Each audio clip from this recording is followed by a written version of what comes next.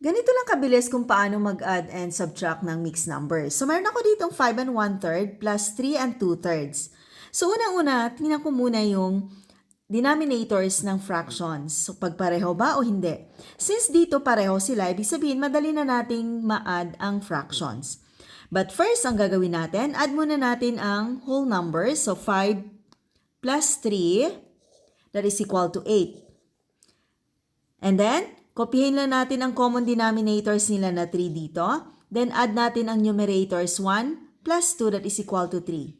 So, since 3 over 3 is equal to 1, so i-add lang siya natin 8 plus 1 that is equal to 9, the final answer. Okay, now here, meron tayong 9 and 3/4 minus 4 and 1/4. So, isa-subtract ko lang ito. So, 9 minus 4 that is equal to 5. And then, copy, since they have a common denominator, so copy 4, then subtract the numerators, 3 minus 1, that is equal to 2. Or, this is 5 and 1/2. Okay, so in my next video, I'm going to show to you how to add or subtract mixed numbers in case that their denominators are not the same. See you in the next one. Bye!